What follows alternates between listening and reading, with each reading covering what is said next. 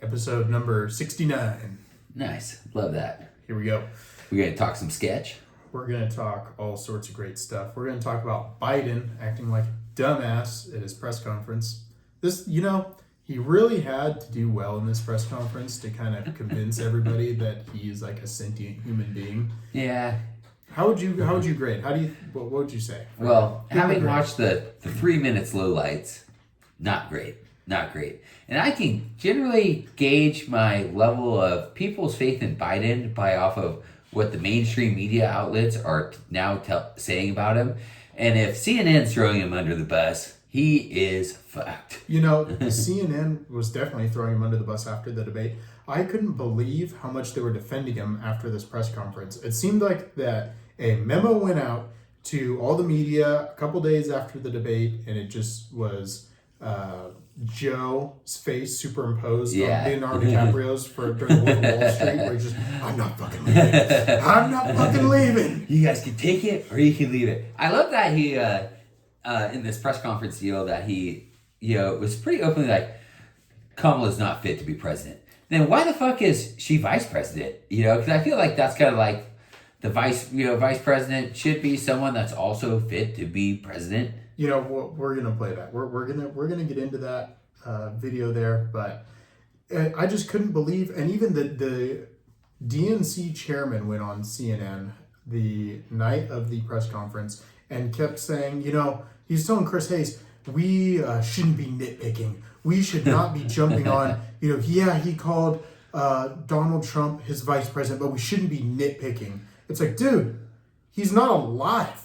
He's dead. He's not a sentient person anymore. What do you mean nitpicking? What I always tell people is, and I use my grandparents as an example, but pick and choose any of your 80-year-old plus grandparents, or even in some people 70-year-old plus grandparents, and look at their mental state, then think, wow, this is the guy that's supposed to lead our country. I would, never trust either my grandpa. He was like 78, 80, just not mentally there. My grandma, she's just turned 90. Definitely older, but even 10 years ago, just already mentally losing it, and just there's never been so much of a case for an age cap on the presidential race. Or I feel like we at least need they're taking these mental stability or mental capacity reports, or there's some sort of just mental exams. I don't know exactly what they. That should be public information. Yeah, it should, for sure. Of course it should. But I think that the founders didn't see this coming when they were writing the Constitution. They have an age minimum, and they put it at 35, and that's because back then people died at 50.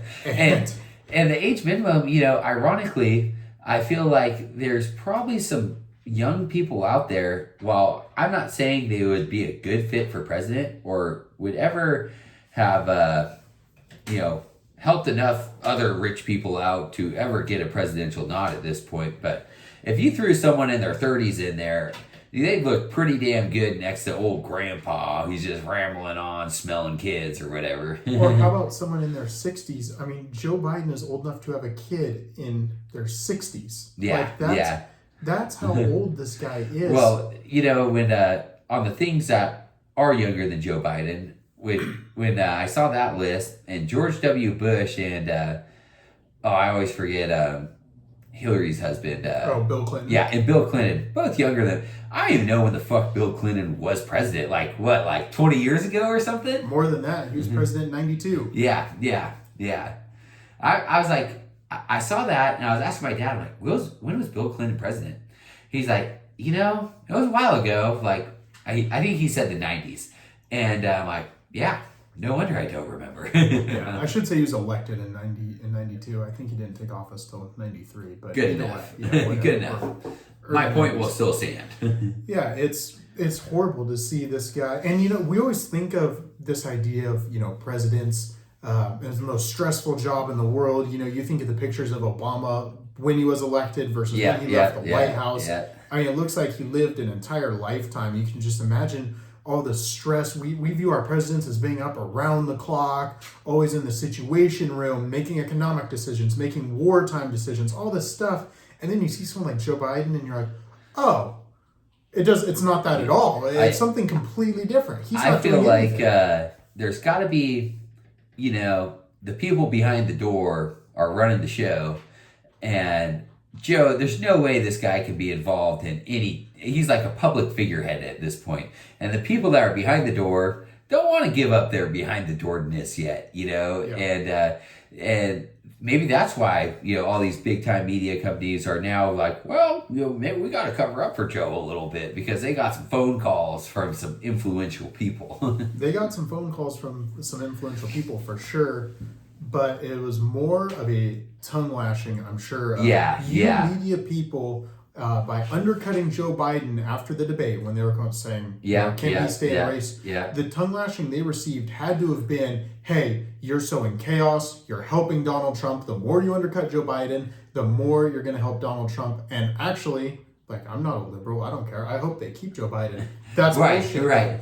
If the best thing Democrats could have done after the debate was get Joe Biden out of there and get somebody else. It doesn't matter who it is. They got to get somebody else. As far as public spectacle goes, my dad is a pretty big anti-Trump guy, but he's now also a pretty big anti-Joe guy. He's like watching the debate. He's like, I feel like maybe not the majority of the country feels this way, but a significant part of the country has to feel like, is this really the best you guys can offer? Come on, people, really, And for all the hate that people give Donald Trump for his antics, to be honest with you, it seems like he's cleaned a lot of that up. Yeah, we're not dealing with a lot of the same stuff that we were dealing with Trump in 2016. I feel like what Trump is doing right now is not only is he taking the race more seriously than I feel like he did the last time, but he's also his random social media presence is much on a downgrade, which is what I feel like he caught a lot of shit for, like it's the big orange man that tweets scary things, and yeah, he did. And, I feel like that's burned into people's memories, and Trump just isn't in everyone's face like he was. Somebody convinced Donald Trump that he should stay on Truth Social because he has a big financial stake in it, and he will drive up viewership or subscriptions on Truth Social if he stays there and doesn't go back to X. And that was complete BS, but whoever sold it to him, Trump owes them like $1 billion because they probably made him president. And I feel like Trump's the type of guy, he's not, he's probably looking at it like this, like, how did I lose to this fucking guy, And he's probably, maybe took like the advice of his, like, whether it's a social media manager or a campaign manager or whatever, like maybe he started taking their advice a little more seriously, where it's like, well, maybe I got to actually try to win this election, That's a good point. But there is something that I wanted to bring up of why 2024 is so much different than 2020. And I don't think that the government officials that played their whole hand all in 2020, meaning they discredited the Hunter Biden laptop story, which is complete BS. The social media companies all siding with Biden in 2020, all of the COVID voting rules that changed in 2020, that made so much of a difference in the public psyche. So many people were red-pilled after that, and so many people now distrust the government. They distrust the intelligence agencies that all came out and signed this letter lying, saying the Hunter Biden laptop was Russian disinformation. After all of the COVID disinformation that CNN and MSNBC and all the liberal outlets and government was pushing, so many people now despise all of these institutions and have no more trust in them that I don't think that they could ever play that hand again. That's done for our lifetimes. They've destroyed their trust, and that's why they won't be able to replicate that in 2020. No, I totally agree, especially on the, our boy Elon buying Twitter, being a social media consumer and user, there is just a wild difference in what's available, like what you see on Twitter versus what you might see on Facebook and Instagram. Yeah, they're different platforms and everything, but Elon has really made the whole free speech thing and the community notes thing and everything. I feel like people actually have trust in it, And ironically, I feel like the liberals not only thought Elon was gonna, somehow make Twitter go out of business, but turn it into some, mega conservative news outlet, Fox News and blah blah blah blah. But it's basically you can go on there, say what you want. It's not going to be censored. You're good to go. Yep. It's not that I agree with everything Antonio Brown goes and says on X, but you know what? I love that he says it. As soon as I say that, is it just me or has Facebook calmed down on the censoring of posts? Oh, definitely. We're definitely in, but I think it's a calm before the storm. I think that we're going to see a lot more censorship. But what you have to understand with these social media companies, that there's so few of them, and when they all have the same ideology, they can, whether they actually get together and say it or not, but to take the Alex Jones example, when they all decide to ban a person, when they all decide that, censoring speech in certain ways, like censoring conservatives, is tolerated, as long as they all do it, none of them suffer the consequences. But here's the problem with that. When one rich billionaire buys one of them and decides that he's not going to go along with the rest of their BS, now all of a sudden none of them can do it, because if they censor too hard, they will suffer the consequences because people have a place to go. And even Zuckerberg kind of came out and was like, the CIA made me do it. Wasn't it like CIA or FBI made me take down the Biden laptop stories and stuff like that. So maybe that, whether he was saving face at that point because he was losing to Musk and Twitter's new rise of popularity, or maybe it was just the truth, and he wanted the truth to be known, I don't know, but that doesn't instill any faith for us as public people. These people are really looking out for us, There was a silver lining in Mark Zuckerberg going on Joe Rogan and pointing out that he felt at least pressure from the government to do that. And that silver lining is that, number one, it doesn't really matter if it was true or not, because either way, he feels like he has to go to the public and make an excuse for it, which tells me that's an admission of guilt in a way. We are dealing with cool Mark Zuckerberg now, so it's a whole new. Mark's trying to be like Elon. I know Mark's trying to be like Elon, but I'm not buying it. But at least I will say it's good that he's trying, because that's trending in the right direction. I'll give him credit. I'll give him credit. But I don't buy it. He's not fooling me. I don't buy it. Once Elon comes up with Twitter Marketplace, Facebook is screwed.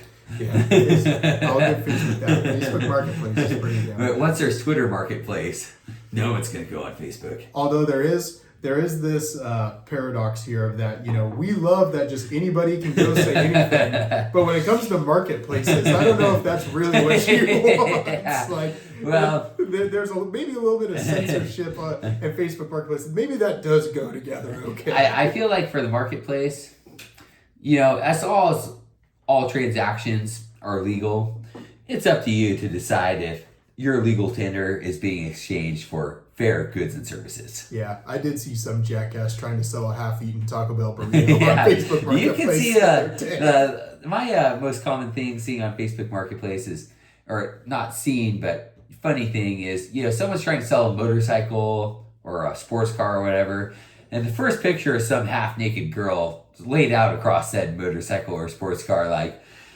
Does that mean you're gonna get the girls, or did you pay this girl to take your Facebook Marketplace picture? Is she your wife? What's going on? Why are you posting a picture of your wife on Facebook Marketplace as picture number one? What's going on here? No, if you show up to buy whatever that is, you're getting murdered. I hope you realize that. Yes. Or they're gonna steal your kidney.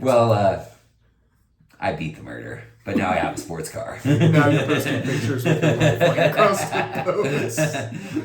It's a good old-fashioned switcheroo. Oh, okay. All right. Let's watch this video of Joe Biden, and where he, up on deck, number one, we've got Joe Biden confusing President Zelensky with President Putin. So let's take a look at this puppy right here.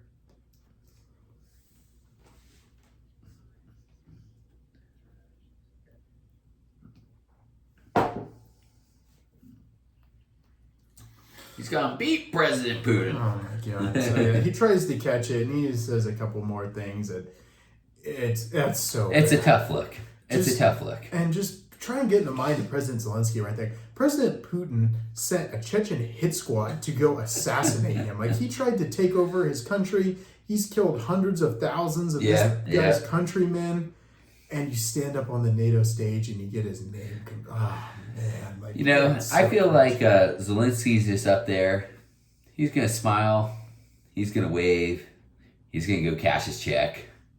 And it's all good for him, baby. But it's a tough look for Joe. You know, Zelensky gets a lot of hate, and I might get some flack for saying this, but I can respect the shit out of Zelensky. He could have been like the president of Afghanistan, throwing all our money in a suitcase and taking the first chopper out of there. He decided he was going to stay and fight, and you know what? They're doing way better than I ever thought they were going to do. I have never had so much less faith in the Russian military than I have in this Ukrainian conflict. He's done something worth a Nobel Prize in exposing the Russian military for the paper tiger and it is. Not only that, but totally correct me if I'm wrong, but for some reason I think that the U.S. military is giving them a bunch of our old equipment, and we're now giving ourselves new equipment because we're giving them old equipment. Yeah, that's how a lot of this works. So when we say that we're giving Ukraine $60 billion or we're giving Israel, $15 billion, what a lot of that is it's $60 billion of our old equipment, and it's worth $60 billion. Right. Or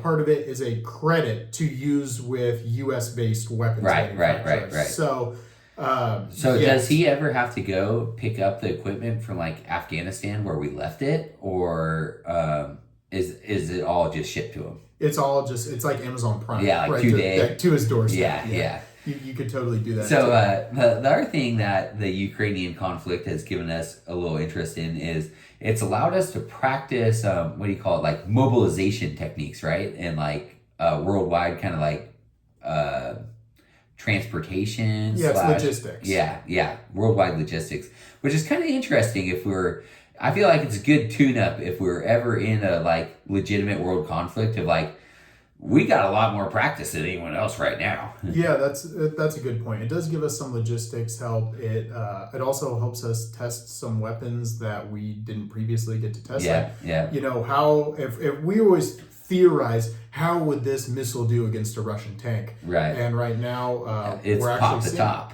Yeah, we're actually seeing it, and that's a really kind of macabre way to like talk about it. But it really is a way the U.S. military industrial complex sees it that way. Like, we get to go test a lot of equipment. The problem is it's killing hundreds of thousands of innocent people. Yeah. When I say innocent, I mean these Russian soldiers are conscripted. They are just infrared propaganda. Well, I feel just as bad for them as I do anybody else. It's just like any Russian World War II movie that you've ever seen where we're going to throw bodies at this problem till it's not a problem anymore, which is just nuts, man. Yeah, and not only is that completely evil, but it's the Russian men that are being conscripted into this. Like, it's not, I'm going to go be a conscientious objector. Right. Oh, you object to this? Cool. Go stand over there real quick and you're going to get shot. Yeah. Like, that's how this works. Yeah, it's it's a brutal game out there for sure, and I feel like it's just a tough conflict to be. You see, so like these guys, like you're saying, maybe not brainwashed is the right word, but they just grown up their whole lives listening to what they should be, Ukraine is ours and we're going to go take it. And they're like, we should go take that motherfucker. Yeah, if you live in Russia, you've probably been exposed to a lot of propaganda, like Ukrainians, sided with Nazis in World War II. They're still occupied by the Nazis. We need to go free the Russian people that are, being held there by a hostile government. It's just a lot of propaganda like that. And you really have to feel for the people that are conscripted into the Russian army. You got to feel for the Ukrainians fighting for their homeland. And, people blame Zelensky. He's a con man. He's this. He's taking all the money from the U.S. He held his hand out and we gave him money. Since when do you blame the person with their hand? We're conning ourselves. Yeah, we are giving him the money. How are you going to blame him for that? Like, if the government offered you $60 billion, you'd take it too. That's our government. I'm not saying Zelensky's a stand-up guy here by any means, because I've recently seen that he has purchased several mansions in the last year or two. So, maybe he gave himself a pay raise. Maybe he did it, Hot take, the man deserves it. It's a hot take. When the Chechen squads came to go assassinate him, the U.S. totally offered to go take him out of Kyiv, and he said, God damn it, I'm staying right here. And you know what? That's probably the only reason Kyiv is still Ukrainian today. If he bails, I bet his entire military, the government... Yeah, there's something to be said. And I agree. The guy's got more balls than anyone's going to give him credit for, you know? I mean, that was kind of a power move. For sure. And, if you don't like that we gave him, I don't even know what we're up to now. It was 60 billion. We might be up to 100 billion now. But if you don't like that we gave him $100 billion, take it up with your government. We are the ones giving them the money. You're right. Come on. I don't like it. Yes. And I do hate the government. Yeah. But I'm not going to blame the president of this country who's getting overrun and all his people are getting slaughtered because he took some money from some stupid government that wants to give it to him. I totally agree. And I'm not opposed to assisting Ukraine in any way, although my end argument may end up sounding that way. What I'm more opposed to is just the fucking corruptness of our military industrial complex. Yeah. I want to point out too, because I talked about, that it's a credit and it's a lot of old equipment that we have, but at the same time, I don't want to take away from the point that what we are doing is still transferring a massive amount of taxpayer money to the military-industrial complex. Like, people are getting filthy rich off of this because when we give Ukraine our stockpile of ammunition, we need to go buy more. So the taxpayer is essentially just transferring all of this wealth to these big companies, the Raytheons, the Lockheed Martins. And not only that, but away from while a lot of these companies do a lot of stuff themselves, a lot of times is they have a contractor who has a contractor who has a contractor who has a contractor who has a contractor who has the guy who actually makes the stuff.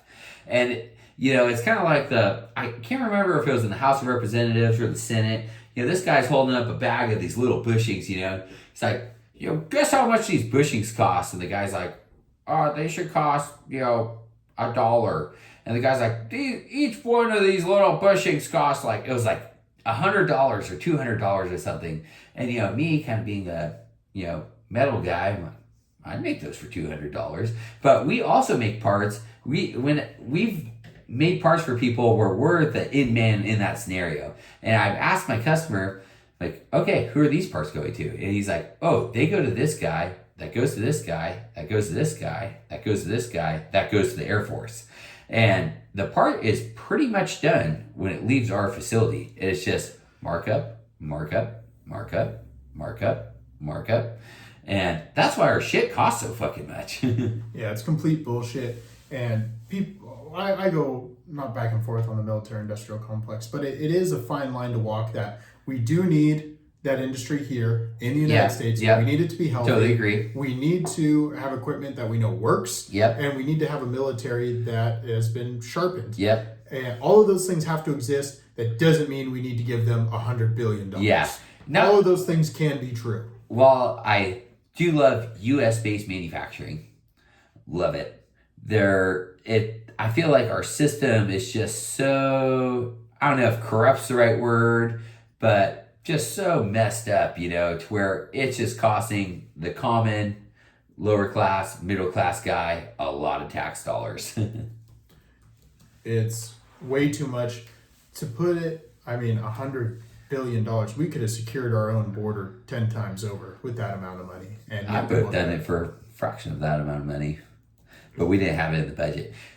What gets me, and not that I know too much on the topic, is, what do we send each person in Hawaii $600 after the wildfires or whatever, and it's just kind of like, really, that's how we're going to treat our own people. But, we're hooking these guys up, and yes, they are fighting war. Yes, they are fighting Russia, but we can't even help out our own people, and I get the general frustration of, we have a massive homeless problem in America, and even if we just focus on the homeless problem with our veterans, which I'm all about,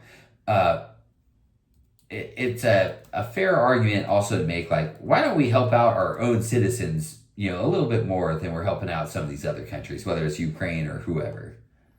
Yeah, I just looked up the numbers. It says 175 billion is going to Ukraine, and 107 billion of that is for weapons. Yeah, love that.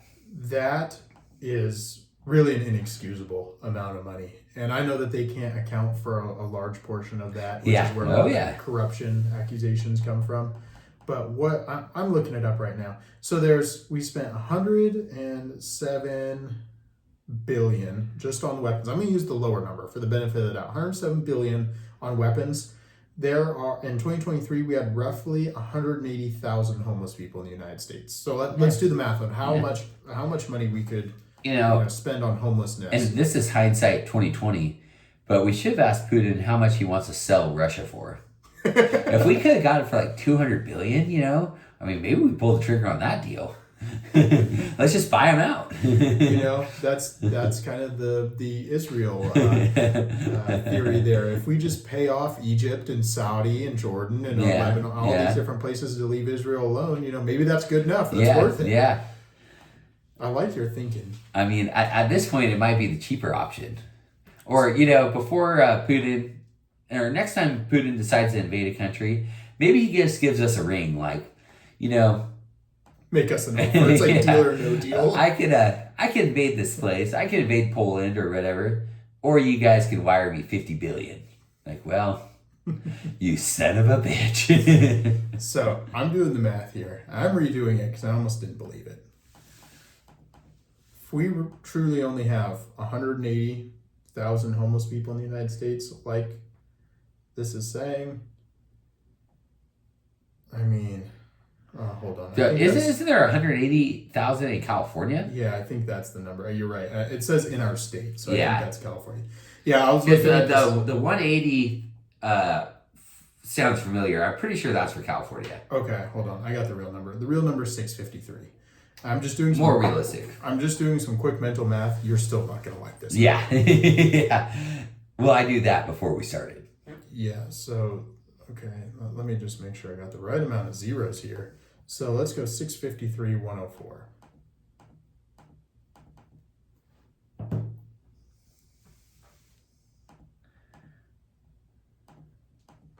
I mean, $163,833 per homeless person. That's enough to buy each one of them a mobile home. I'm surprised it's as low as it is. I really am. Just for the money we sent Ukraine, we could have bought a home for every single homeless person without any of them being roommates. Doesn't that break down to about what California spends on the homeless problem? Or California's homeless problem might be like 105,000. I saw it very recently the other day, but that homeless spending I think was over a much longer period of time. Yeah, that's it's something like that. With the amount of money, I think it's San Francisco is the huge number people talk about. It's like San Francisco spends hundreds of thousands of dollars per homeless person. California itself, I don't remember the actual numbers, but I mean, just take this: 163,000. Most states, you could buy, a small house. Oh yeah, for sure. Could buy here you could buy a mobile home for that. Yeah, for sure. And I think you could have a roommate, and you could buy a 3-bed, 2-bath.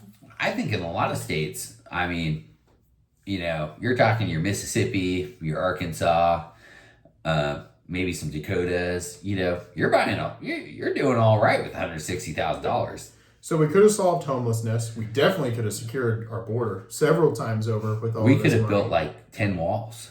10 walls. Maybe what was it? What was the cost of the wall? Like $5 billion or something? I think it was 12. I think at the end they said 12. Yeah, we could have built like 10 walls.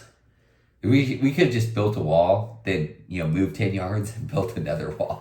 Then torn the first wall down and built another wall. No, I'm just talking about just stacks of walls. No,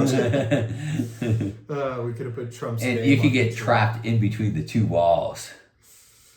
Well, this has been really depressing. Let's watch another video of Biden. Where it'll be even less depressing. Yeah, let's pick another. Love this. This is a great. Love this.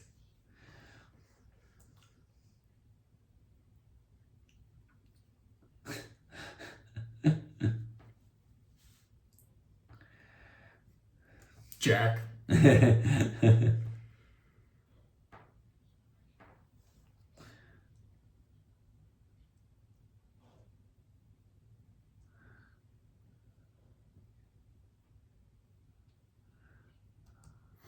So he calls Kamala Harris Donald Trump. And I think I'm going to make a shirt or something that says Trump's my VP. I'm going to put it on there. I'm riding with Trump. Trump's riding with me. That's what I'm going to put. It would be pretty hilarious if Joe went in on the ticket with Trump as his vice president. Like, so just to start, to get your name on the ballot, does the vice president have to agree to be your vice president before that's voted on? I think so. I don't think... Like, let's just throw this motherfucker as vice president. Maybe we'll get some accidental votes. I don't know how that works. If you can unconsensually ask somebody just put his name on the ticket as vice president. I feel like you got to have a signature somewhere. Yeah. Well, I'll sign off on this. Yeah, I mean, it's just like, buddy, of all people that you should know who you're running against, Trump's the guy. And what also just struck me as ironic is, he's like, I wouldn't pick, Kamala to be the vice president if I didn't think she was qualified enough to be president. Then doesn't somewhere else in that interview he says that she's not qualified to be president, or am I misremembering that? So what he says, and it's hard to pick anything out of it because you never know if he's just misspeaking, but what I think he says is that he would not step down to let her be president. Right.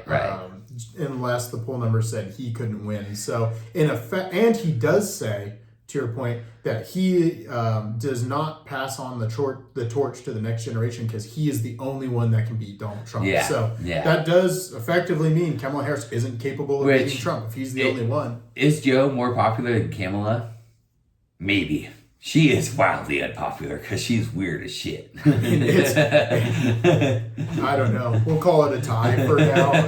Neither one. Have you seen that video of her? Just like, dude, I forget what she says, but she basically says the same, 2 minutes of mindless jargon. It was like every time she went on a different news show, I saw it was like a 5-minute clip of her saying the same things to every time she was getting interviewed or something. It was like, we have to go up, but then we have to go down. But while we're going down, we're going up, or some shit like that. She talks in these ridiculous platitudes, and Ben Shapiro has the best impersonation of her. But she always has this weird tick where she goes back and talks about taking us back out of the past. She's like, we need to, not talk about what's in the past, but what could be in the future. It's so weird and cringy. It's like nails on a chalkboard. What I always tell, my liberal-minded acquaintances that, for the party of being, woke and change and we're changing the world and everything, nothing says change like having the old white guy really represent your party. There is something I wanted to paraphrase here, and it's Van Jones on CNN. For if you don't know him, he's a leftist, but every once in a while he just comes out and speaks the God honest truth that everyone needs to hear. And what he said something pretty smart, and he does that every once in a while. He came out and he said, Joe Biden needs to step away from the race and let Kamala Harris take the reins, because either way, they're running Kamala Harris, because nobody thinks Joe Biden's lasting 4 years. If Joe Biden, God help us, is elected this year in 2024, everyone knows he's not serving his full term. Kamala's going to be president. So you're not going to vote for the Biden ticket unless you're okay with that. At the same time, they're preventing Kamala from just stepping up and being the head of the ticket. So either way, she is going to be who you're voting for president. So just step aside and let her stand up and defend herself, because she can't even really defend herself right now. She's defending this guy. Right. And I'm a big believer that the original plan was to have already done that. But she's just so unpopular that they're like, we're better off with Joe. I don't know what their original plan was. I honestly think that they told Joe when he was running that he had to have someone who's black and someone that was a woman as his vice president. And he said that. Yeah, I was going to say, no, I'm pretty sure he said that. He said that, but I think he said that because they told him he had to have somebody like this. So he said, well, I'm just going to embrace it then. I'm going to, say that I'm going to do this. So she was a DEI pick from the beginning, and it shows. She is terrible at No. DEI is good, Derek. Yeah. The hell it is. Look at the press secretary. Look at Kamala Harris. I mean, in any sane world, John Kirby, he's one of the other spokesmen for one of the branches. I think he's for the Pentagon or something like that. I don't believe any of the lies he tells. He's still a propagandist, all that stuff. He's talented. He should be the real press secretary. Yeah. Any other administration, he's the press secretary. He's really a talented guy, despite having to cover for this. Yeah. I mean, whoever the press secretary is going to be is in it for a tough job. I mean, they're just, especially for Joe. I mean, you're just going to be put in some contradictory, awkward scenarios.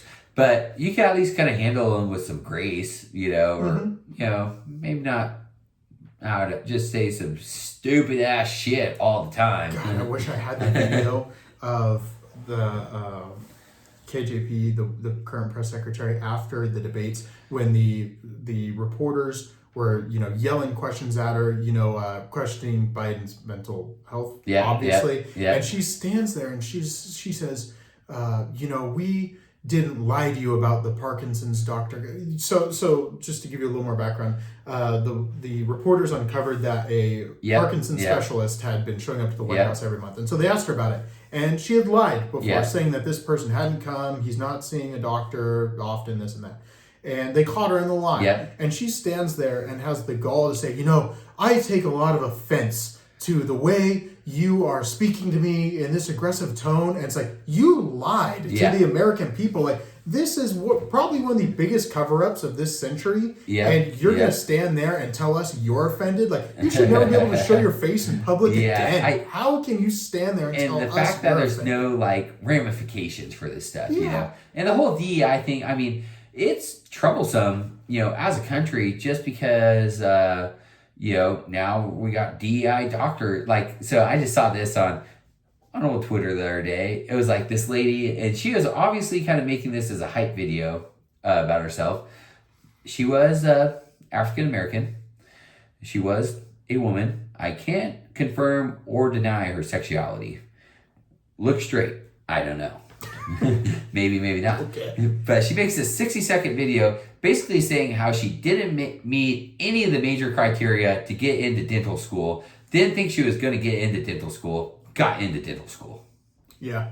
There is a lot of stories like that. There is a complete oblivious side to her on her part for why she got in, I earned it. I did this because of me. But there are real consequences, and you see that. No, I agree. When Elon was trying to explain this to Don Lemon, and Don Lemon's too stupid to understand. You need to explain it to Mark Cuban. I'm not going to explain it. Mark Cuban doesn't. I don't need to talk about Mark Cuban right now.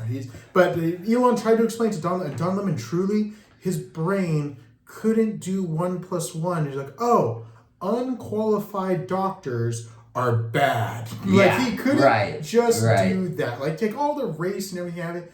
Unqualified doctors are bad. Yep. But the problem is the left is the left is drinking their own Kool-Aid on this, and it's coming back to bite them, because in any other scenario where you have a competent vice president, the cabinet would get together.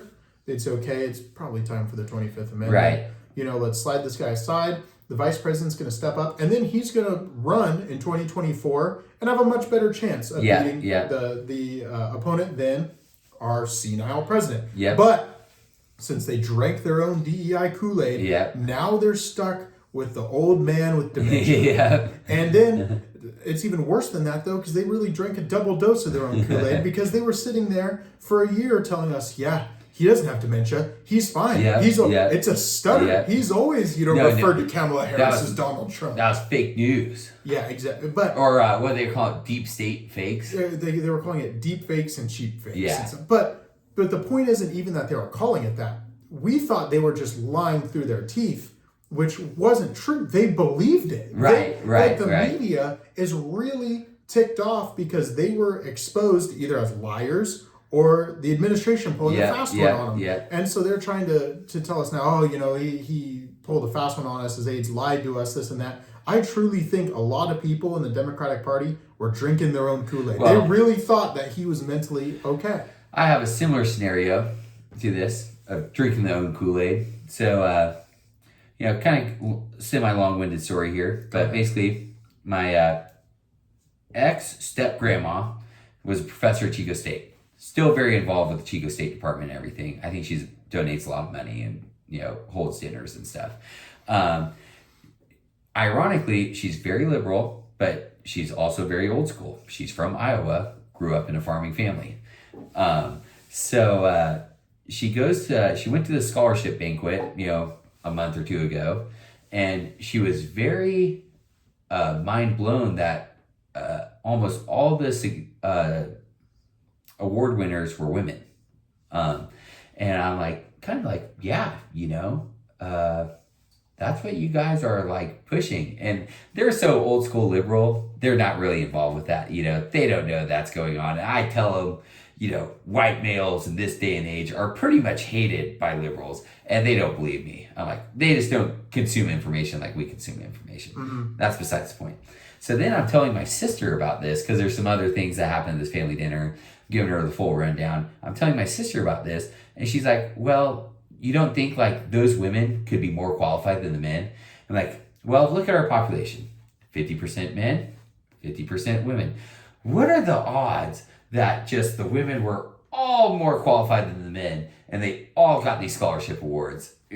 Just going off of half men, half women, probably the award should be half men, half women, if it's a fair, equal playing field. But my sister was just so, mentally stuck on the fact that, well, they could be deserving of it. Yeah, I know they could be. But what are the odds, Just from a statistical standpoint, what are the odds? I don't see it.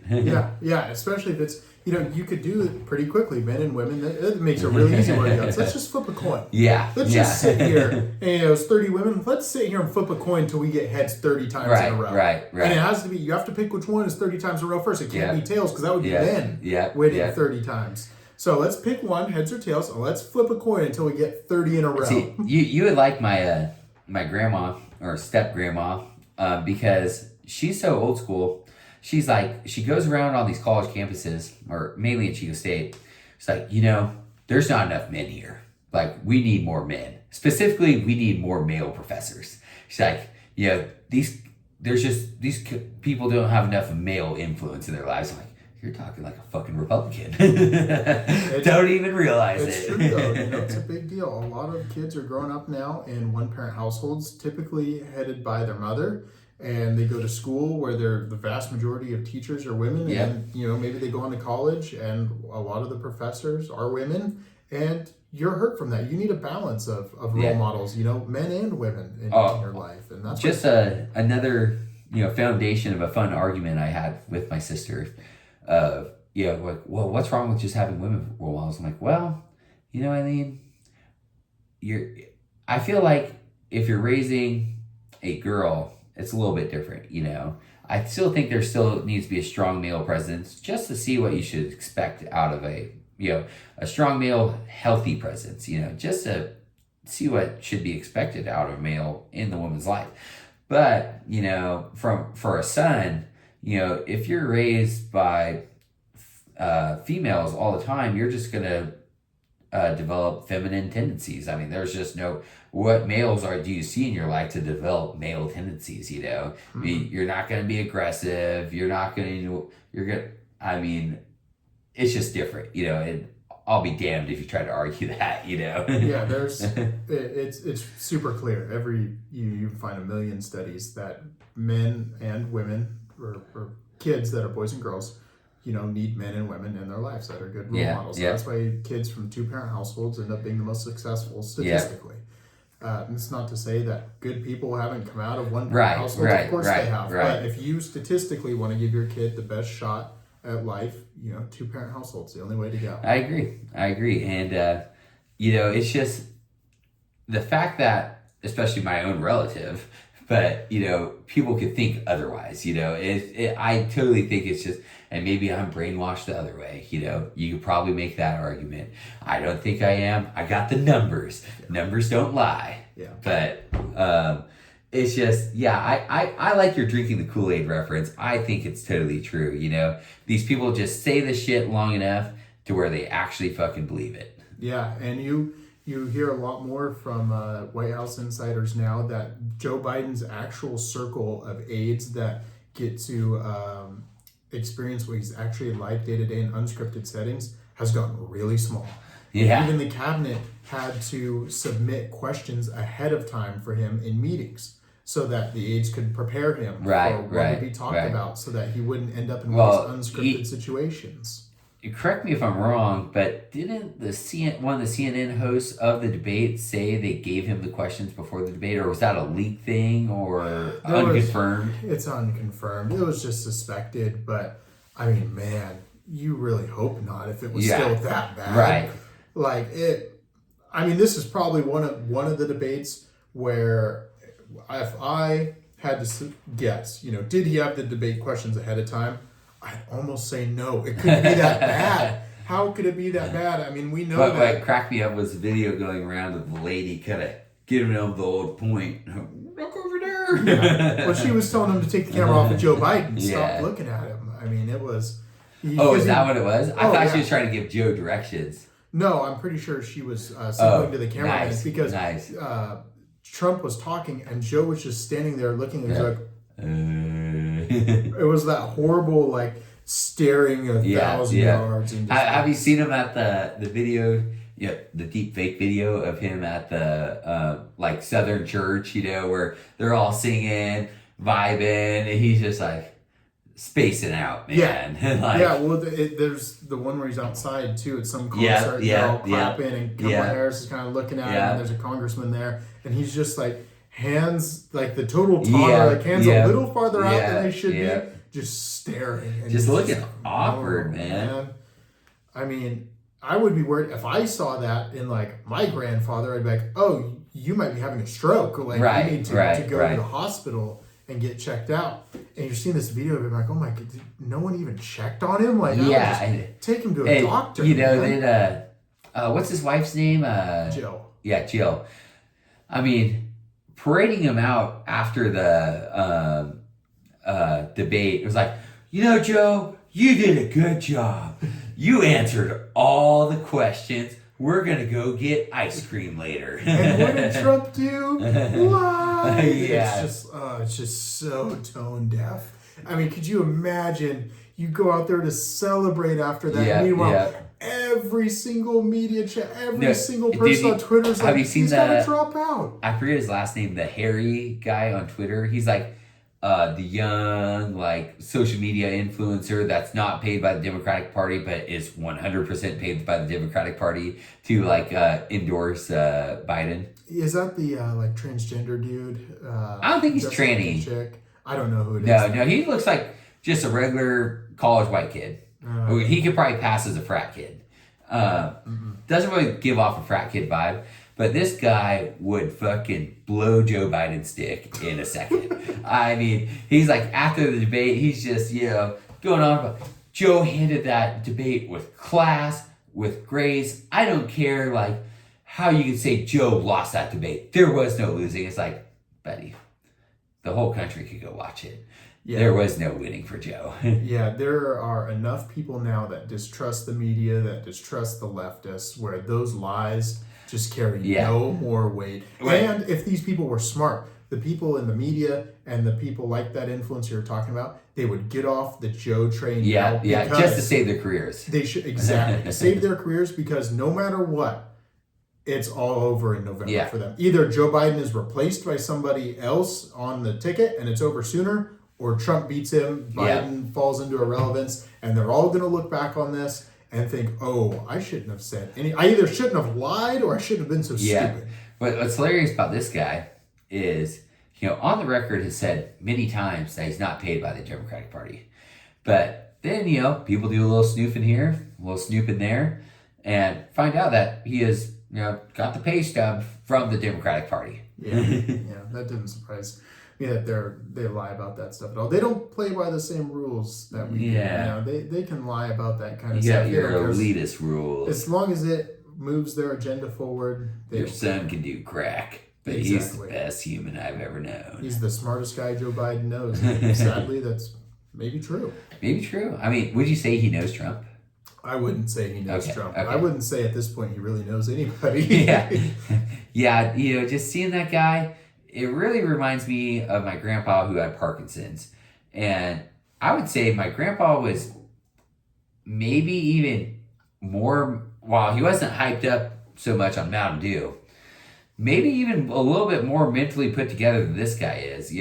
More of a speech impediment, but just if you're talking to him, more mentally there, but kind of same thing, just kind of like stare off and kind of try to almost like he's lost, and But just, imagine if he did amphetamines. That's Right. what Yeah. Joe Biden's that's doing. all. And it's cruel. It really is cruel that they're doing this to this guy.